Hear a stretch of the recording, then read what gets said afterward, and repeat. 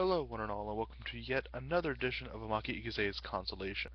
I am Ryuuji, and I'm here to finally do my review of Resident Evil 6. Unlike other websites that have been out there and they'll pick up the copy and play it for like maybe 2 hours and then give you their viewing, I took the time to play through the three main story modes. I'm working on the fourth. Yes, there is a fourth mode, and also in this review expect spoilers. But you know what? Just to show some Resident Evil a little bit of love.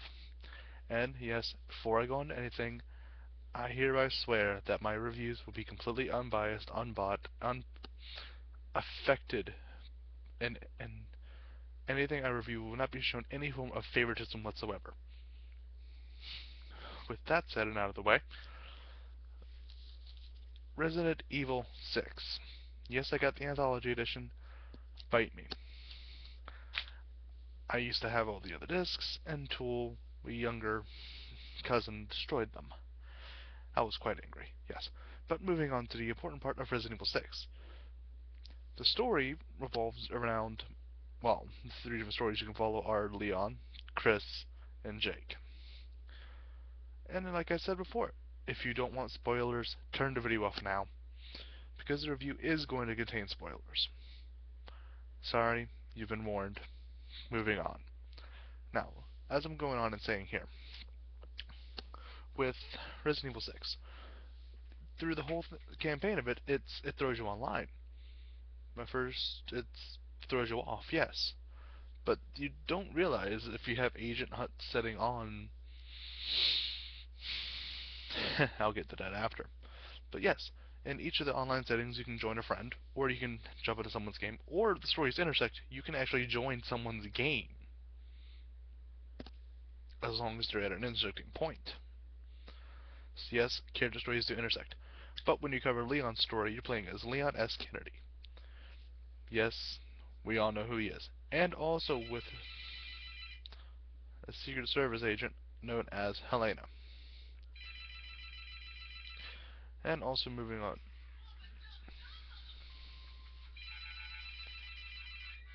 I can't get a break there in this review.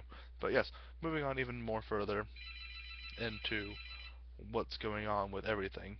It's the whole event of you have Chris Redfield and Piers, a new rookie to the BSAA who's a bit more veteran than the rest.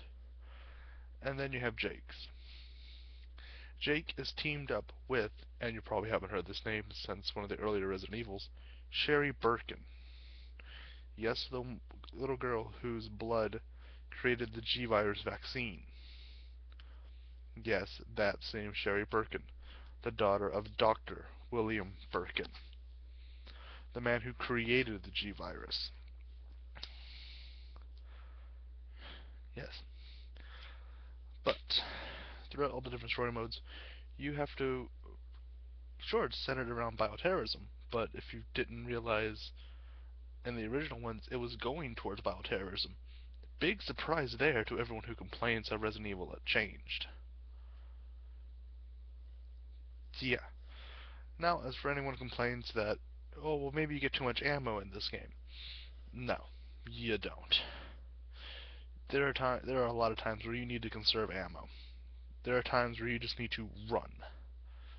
Don't worry about the zombies, and you can't melee them all to death in a massive Fist of Fury tournament.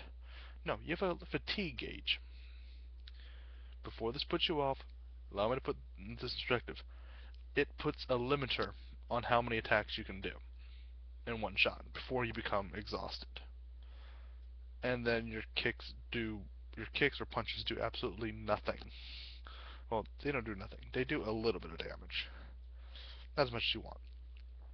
And with the melee system, you can sneak up behind enemies and kill them. Now, as for the main focus of the story,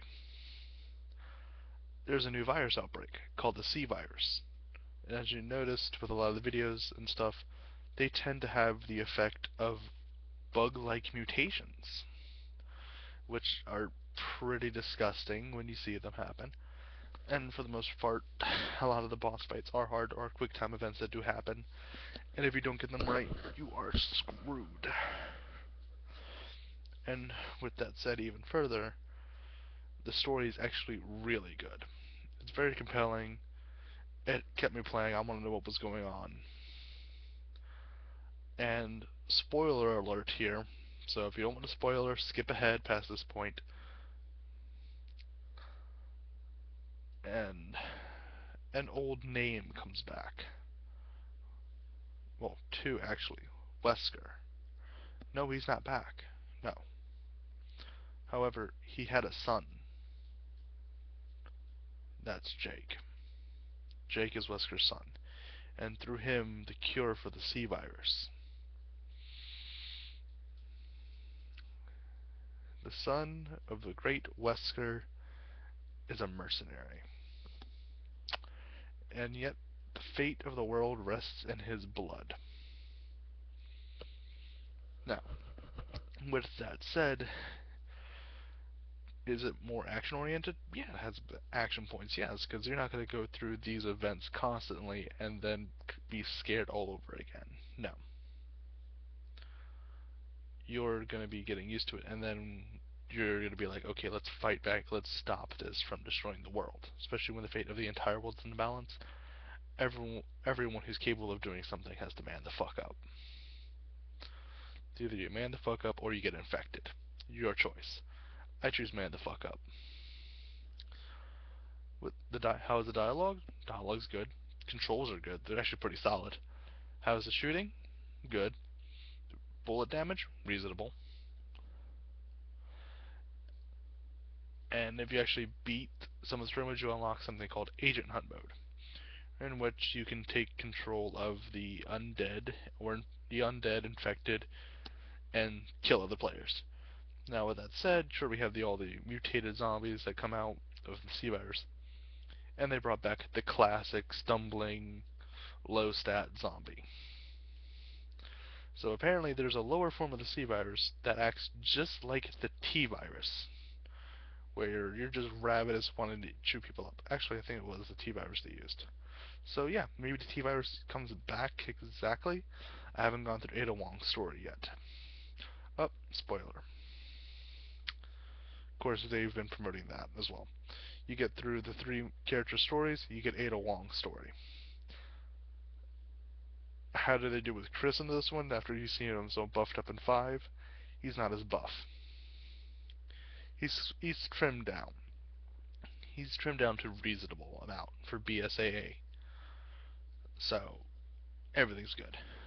I will say this, like, the endings you come across are all different endings for each storyline. And, quite honestly, I'm not disappointed. When it came to Chris's ending, I felt like I had just finished watching Gurren Lagann all over again. It was one of the best endings I've seen in a while. Now, as for the other name that makes a reappearance in all this, apparently an organization called Neo Umbrella takes responsibility behind all of the attacks. Mind you, most of this is happening in Edonia.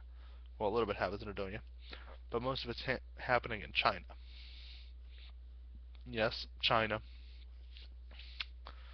That's a lot of people getting infected. Try fighting your way through that. Yes, I'm being quite serious. Try fighting your way through that. Are the controls good for the game overall? Yes. Some places actually reviewed this game as being a don't bother to play it.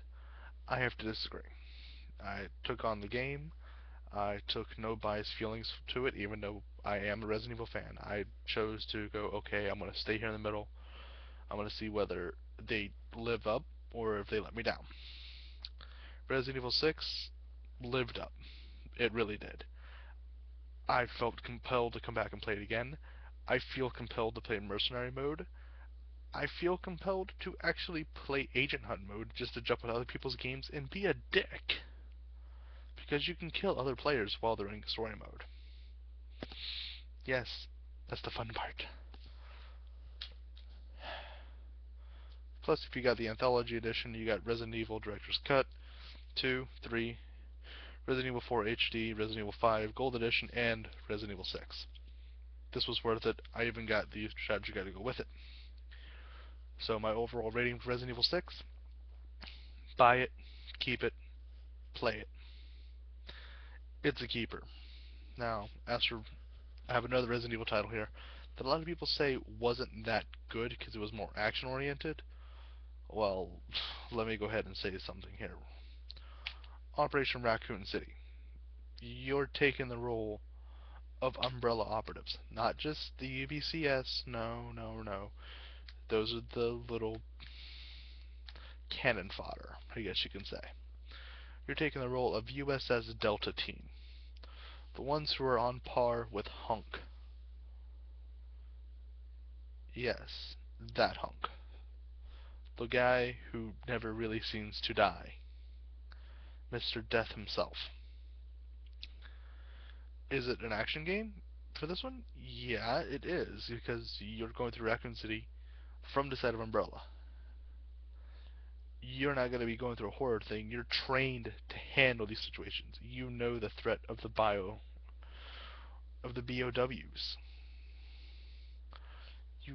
You have all the intel you need on what Umbrella has and what's the situation and how to handle it. In 6, oof, you're thrown into a whole other mystery and you gotta go through it. I mean, are herbs as plentiful as herbs as are there many of them to find? No.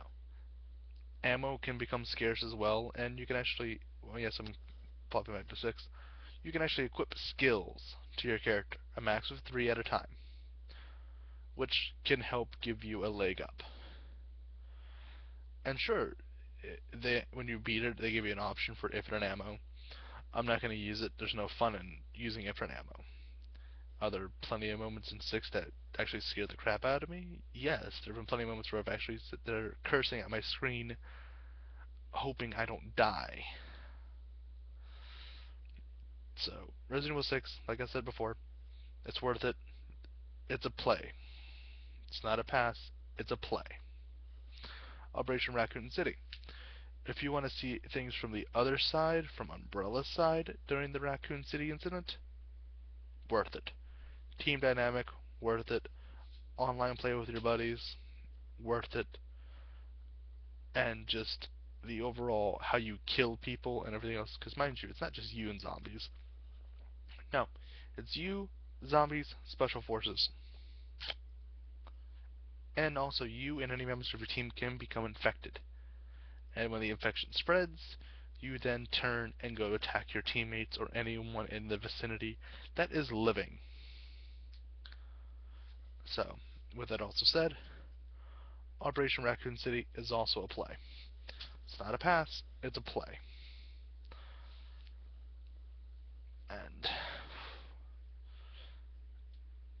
And just for anyone who's out there being the idiot of going, no, Resident Evil's not the same anymore. It's not a horror game. Well, look at it this way. It's not a pseudo world setting. It's a real world setting. It's a, if this is actually possible, if this happens, then this is the degree of level it's going to happen. And if that happens, don't tell me you're not going to be scared shitless. Okay? Just that thought alone is enough to put people in paranoia. And with that said, I would show you some game footage, but maybe if I get the chance, I'll even upload some game footage from Resident Evil 6 along the way. So, if I upload some, check it out. I'll even upload some from Operation Raccoon City if I can. But other than that, final word is here. Resident Evil 6, play. Operation Raccoon City, play. I'm not lying. I'm not letting anything affect my judgment here. I'm being completely honest, straightforward, and going by the facts of controls, story, and just how they pulled it off. So, it's absolutely worth it. Operation Raccoon City, fun to play with friends. Resident Evil 6, fun to play with friends. Totally worth it. Get it.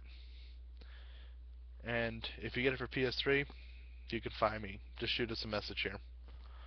On that note, this has been Ryuuji with Omake Ikuze on this episode of Consolation, and this has been my review on Resident Evil 6 and my quick sub-review of Operation Raccoon City.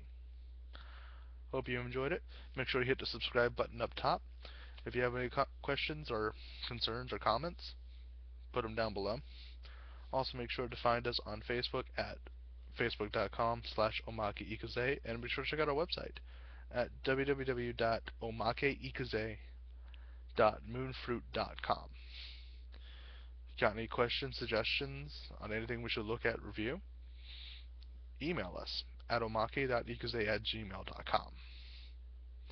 Once again, this has been Ryuuji, and this has been my video for the Consolation. Happy playing.